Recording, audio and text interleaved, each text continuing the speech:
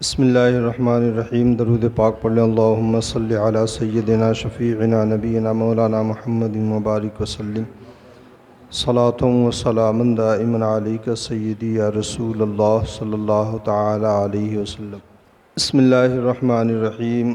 یا ایہا الذین آمنوا لا تأکلوا الربا اضعافا مضاعفہ واتقوا اللہ لعلکم تفلحون واتقوا النار التی اعدت للکافرین۔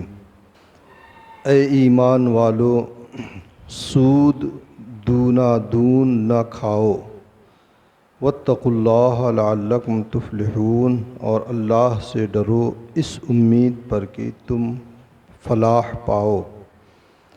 واتقوا النار التی اعدت للکافرین، اور اس آگ سے بچو جو کافروں کے لیے تیار رکھی گئی ہے۔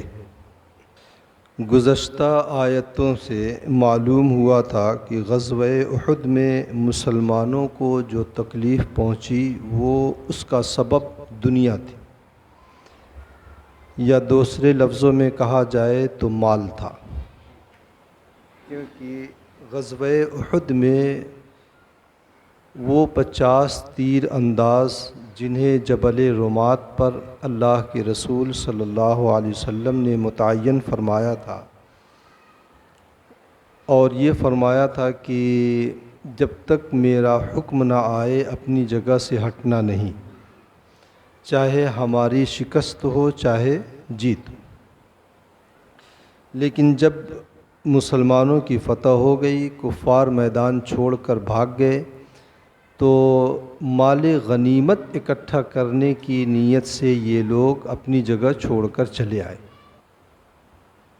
دنیا کی لالچ یا وہ مال تھا جس مال کی وجہ سے مسلمانوں کو اتنی تکلیف پہنچی۔ اس لیے اب اس آیت کریمہ میں مال کو غلط طریقے سے حاصل کرنا یا کھانا، اس کی ممانعت اللہ رب العزت نے فرمائی۔ کفار عرب کا یہ دستور تھا کہ وہ کسی کو قرضہ دیتے تو مدت مقرر کرتے، اتنی مدت میں تم یہ قرضہ واپس کر دو۔ جب اس مدت میں وہ قرضہ واپس نہیں کرتا تھا تو یہ لوگ اس قرضے کو بڑھا دیتے تھے، اور یہ کہتے تھے کہ ہم تمہیں مہلت دے دیں گے لیکن ہمارا جو مال ہے اس کو بڑھا دو۔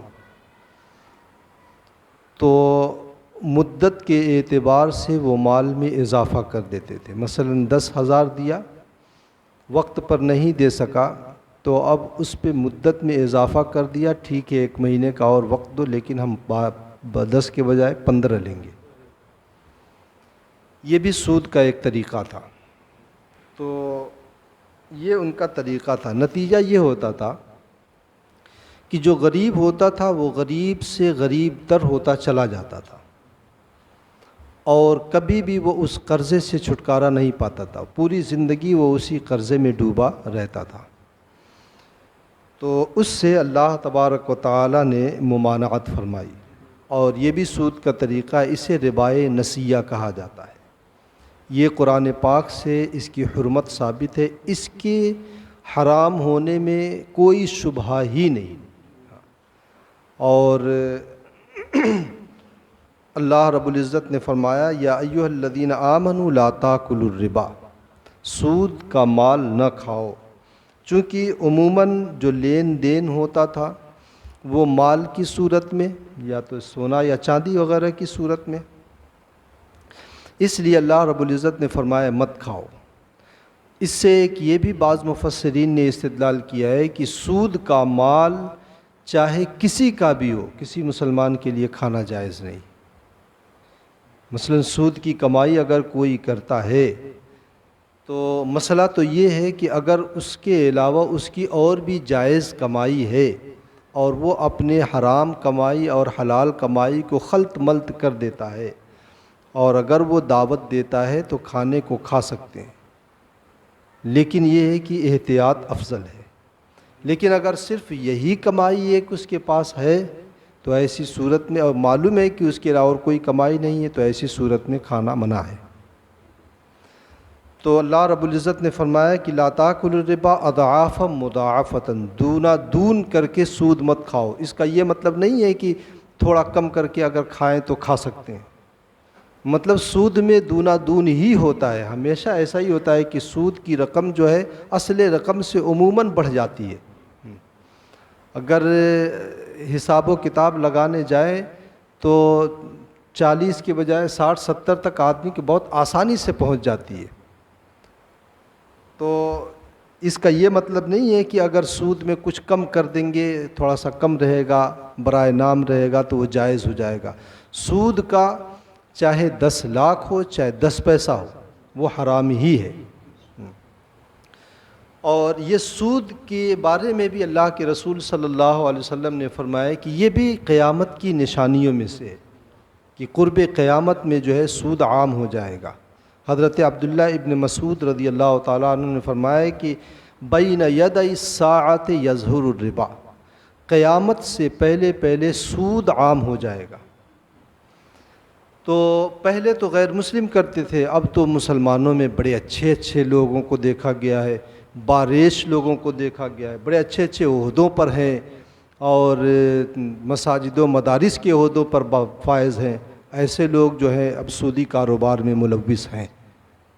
تو یہ تو شرم سے ڈوب جانے کا مقام ہے۔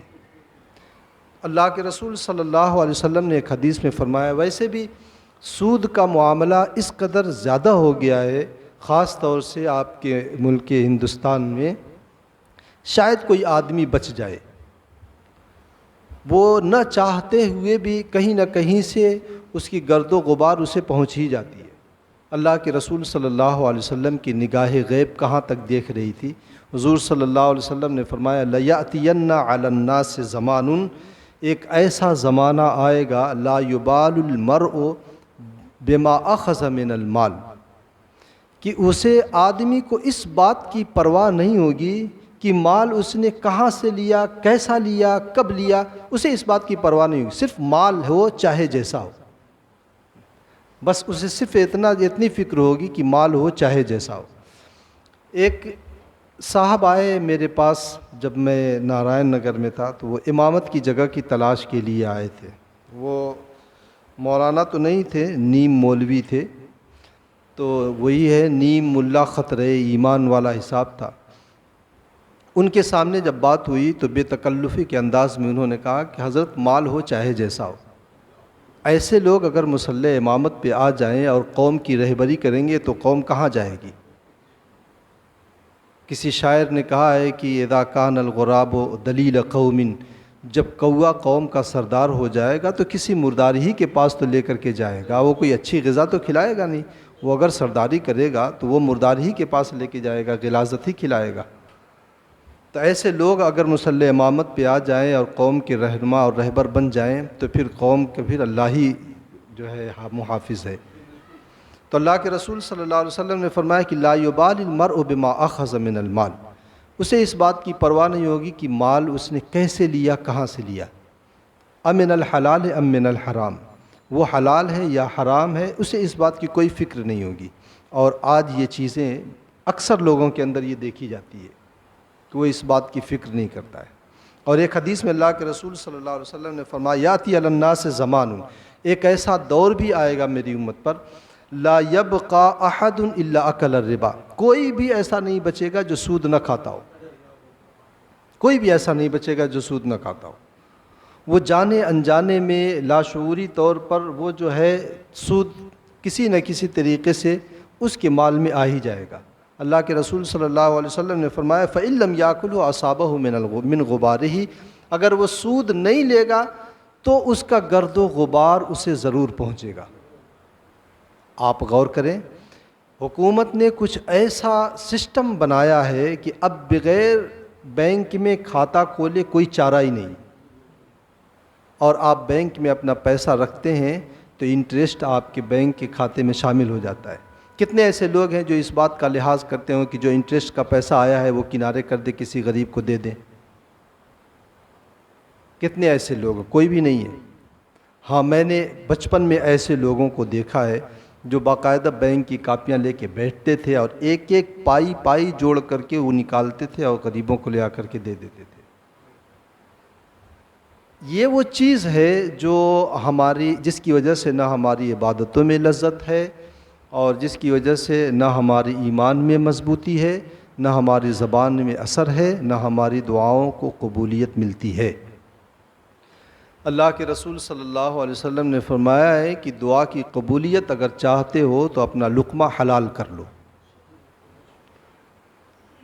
اور رزق حلال میں اللہ تبارک و تعالیٰ نے بڑی برکتیں دی ہیں۔ اور میں نے اس سے پہلے بھی آیت کریمہ گزر چکی ہے، 3 پارے میں اللہ تبارک و تعالیٰ نے فرمایا ہے کہ سود کھانے والے یا سودی کاروبار کرنے والا اللہ تبارک و تعالیٰ نے ایسے بندے سے اعلان جنگ فرمایا ہے۔ یہ بات ذہن میں رکھ لیں، غیر شرعی طریقے سے یا حرام مال زندگی کے کسی نہ کسی موڑ پر جا کر کے وہ تباہی لے کر کے آتا ہی ہے، وہ آدمی کو چین سے نہیں بیٹھنے دیتا ہے، وہ تباہی لے کر کے آتا ہے، جسمانی اعتبار سے یا روحانی اعتبار سے، کسی بھی اعتبار سے وہ تباہی ضرور لے کر کے آتا ہے۔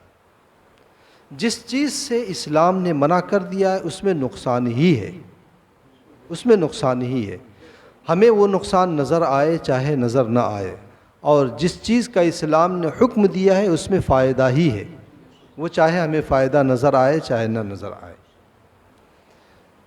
تو سود جو ہے اللہ کے رسول صلی اللہ علیہ وسلم نے بتا دیا، تو ویسے بھی کہ جو ہے ایسا زمانہ آئے گا کہ لوگ سود اگر نہیں بھی کھائیں گے تو گرد و غبار تو سود کا ان تک پہنچ ہی جائے گا۔ اللہ کے رسول صلی اللہ علیہ وسلم نے ایک حدیث میں ارشاد فرمایا ہے کہ لعن اللہ آکل الربا و موکلہ و کاتبیہ و شاہدیہ، اللہ تبارک و تعالی نے لعنت فرمائی ہے سود کا مال کھانے والے، سود کھلانے والے یعنی سود دینے والا، لینے والا، سود کا معاملہ لکھنے والا، سود کے مال پر گواہ بننے والا، سب کے اوپر لعنت ہے۔ حالانکہ لکھنے والا تو جو منشی ہوتا ہے وہ منشی تو اپنی محنت کا پیسہ لے رہا ہے، لیکن اللہ کے رسول صلی اللہ علیہ وسلم نے فرمایا لعنت اس کے اوپر بھی ہے، سب کے اوپر لعنت۔ یعنی اس سود کے معاملے میں اگر کوئی بھی ذرا بھی ہیلپ کرے گا اور مدد کرے گا تو یہ سمجھیے کہ اللہ تبارک و تعالیٰ کی جانب سے وہ ملعون ٹھہرے گا۔ اور پھر اللہ رب العزت نے سود سے منع کرنے کے بعد کیا فرمایا؟ واتقوا اللہ، اللہ سے ڈرو، لعلکم تفلحون، اس امید پر کہ تم کامیاب ہو جاؤ۔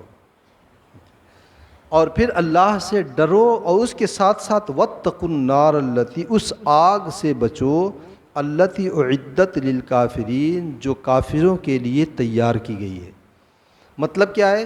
مطلب اس کا یہ ہے کہ سود خور کو وہی عذاب دیا جائے گا جو کافروں کو دیا جائے گا، اتنا ہی سخت عذاب اس کے اوپر ہوگا، اس قدر سخت عذاب ہوگا۔ علامہ شمس الدین ذہبی علیہ الرحمہ نے ایک روایت نقل کیا ہے کہ قیامت کے دن سود خور کا چہرہ سور کی طرح بنا دیا جائے گا۔ اتنی بری یہ بلا ہے کہ اس وقت پورے ہندوستان کو یہ چپیٹ میں لیے ہوئے ہے یہ بلا۔ تو اللہ تبارک و تعالیٰ نے فرمایا واتقوا النار التی اعدت للکافرین، اس آگ سے بچو جو کافروں کے لیے تیار کی گئی ہے۔ اس آیت کریمہ سے ایک فائدہ تو یہ ہوا کہ سود کا لین دین مسلمانوں کے لیے حرام ہے۔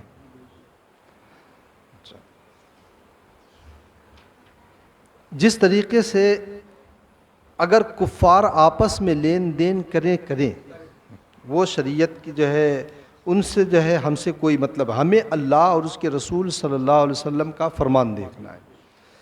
لیکن اسلامی حکومت میں کفار کو مسلمانوں سے سود لینے کی بھی اجازت نہیں ہے۔ اگر غیر اسلامی حکومت جیسے ہندوستان کی حکومت ہے، یہاں پہ تو ہم مجبور ہو جاتے ہیں کہیں پہ دینے میں، ہم کو جیسے لون میں عموماً لوگ کرتے ہیں اچھا، شریعت نے بقدر ضرورت جو ہے اس کی اجازت دیا ہے۔ ایک ہوتا ہے شریعت میں ضرورت اور ایک ہوتی ہے حاجت۔ ضرورت کا مطلب یہ ہے کہ اس کے بغیر کوئی چارہ ہی نہ ہو، کام ہی نہ چلے۔ حاجت اسے کہتے ہیں کہ اس کے بغیر کام چل جائے، زندگی آدمی کی گزر جائے۔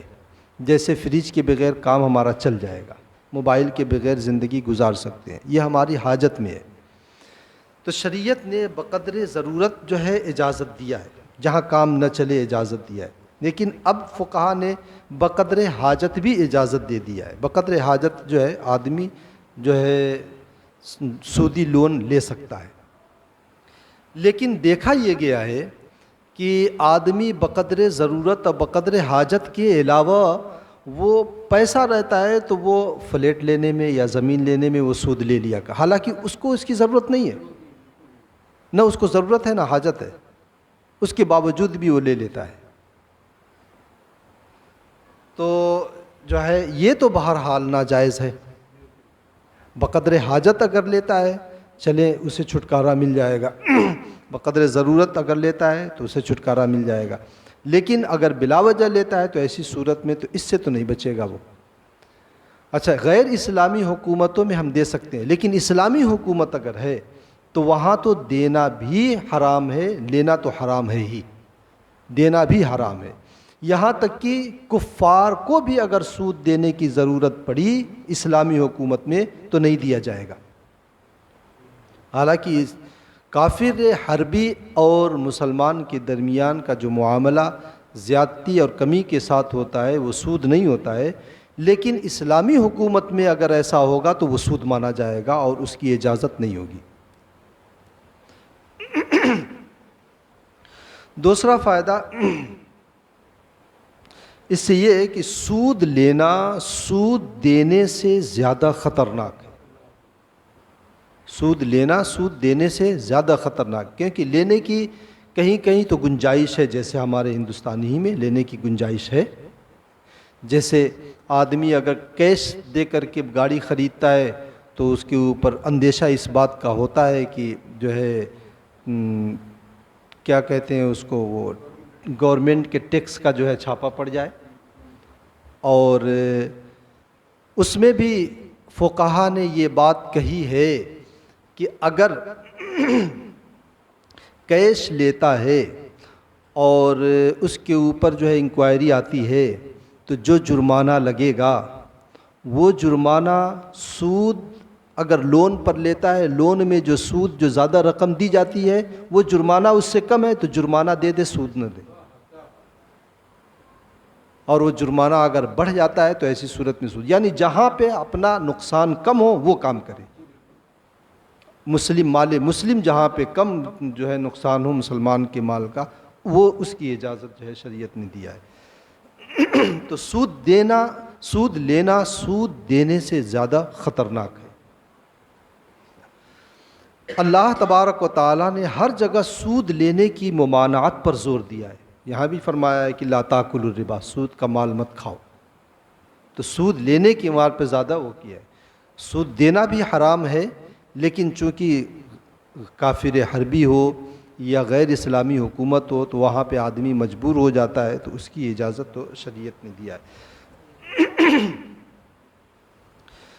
ایک اور فائدہ اس آیت کریمہ سے یہ ہے کہ اگرچہ سودی پیسے کا استعمال مطلقاً حرام ہے مگر اس کا کھانا بہت برا ہے، جیسے سودی مال سے کپڑا خریدنا یا اور اپنی کوئی ایسی ضرورت، لیکن اس کو کھانا کہ وہ کھانا ہمارے بدن میں جائے، تحلیل ہو کر کے خون بن جائے، خون سے گوشت میں مل جائے، یہ بہت خطرناک ہے۔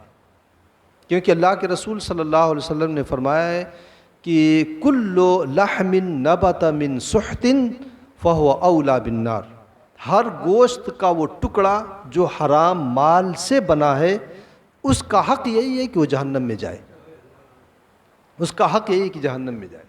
صحابہ کرام رضوان اللہ تعالی علیہم اجمعین شبہے کی چیزوں کو چھوڑ دیا کرتا۔ حضرت ابوبکر نے خود فرمایا ہے کہ ہم لوگ ایک حرام چیز سے بچنے کے لیے 70 مشکوک چیزیں اور جائز چیزوں کو چھوڑ دیا کرتے تھے. ایک حرام سے بچنے کے لیے 70 جائز چیزوں کو ترک کر دیا کرتے تھے. یہ صحابہ کرام کا مقام و مرتبہ تھا. اس آیت کریمہ سے ایک فائدہ یہ ہے کہ سودی رقم سے جو مال یا جو چیز خریدی جائے اس کا استعمال جس طریقے سے سود لینے والے کے لیے حرام ہے اسی طریقے سے دوسرے لوگوں کے لیے بھی اس کا استعمال درست نہیں ہے. اللہ تبارک و تعالی نے فرمایا ہے کہ وَاتَّقُوا النَّارَ الَّتِي أُعِدَّتْ لِلْكَافِرِينَ، فرمایا ہے کہ وَاتَّقُوا اللَّهَ لَعَلَّكُمْ تُفْلِحُونَ، کہ آدمی اگر خوف خدا کی وجہ سے اللہ تبارک و تعالیٰ کے فرمان کو مانے اور سود کو ترک کر دے تو اللہ تبارک و تعالیٰ کی بارگاہ میں وہ کامیاب ہو جائے گا. یعنی کامیابی اسی بات میں ہے کہ آدمی حرام چیزوں کو ترک کرے اور اللہ رب العزت کی اطاعت کرے. اور ایک فائدہ اس آیت کریمہ سے یہ ہے کہ جہنم اور جنت اور جہنم یہ دونوں تیار ہو چکے ہیں. ایسا نہیں کہ ابھی تیار کرنا باقی ہے، نہیں. اللہ رب العزت نے فرمایا اعدت للکافرین، تیار ہو چکی ہے کافروں کے لیے. تو جہنم، جنت اور جہنم دونوں تیار ہو چکے ہیں. اور یہی عقیدہ اہل سنت و جماعت کا. اللہ تعالی ہم تمام لوگوں کو رزق حلال کی توفیق دے اور اس میں برکت رحمت نازل فرمائے. اللہم صلی علی سیدنا شفیعنا نبینا مولانا محمد مبارک وسلم. صلاۃ و سلام علیک سیدی یا رسول اللہ صلی اللہ علیہ وسلم. اللہم ربنا تقبل منا انکا انت السمیع العلیم وتب علینا انکا انت التواب الرحیم.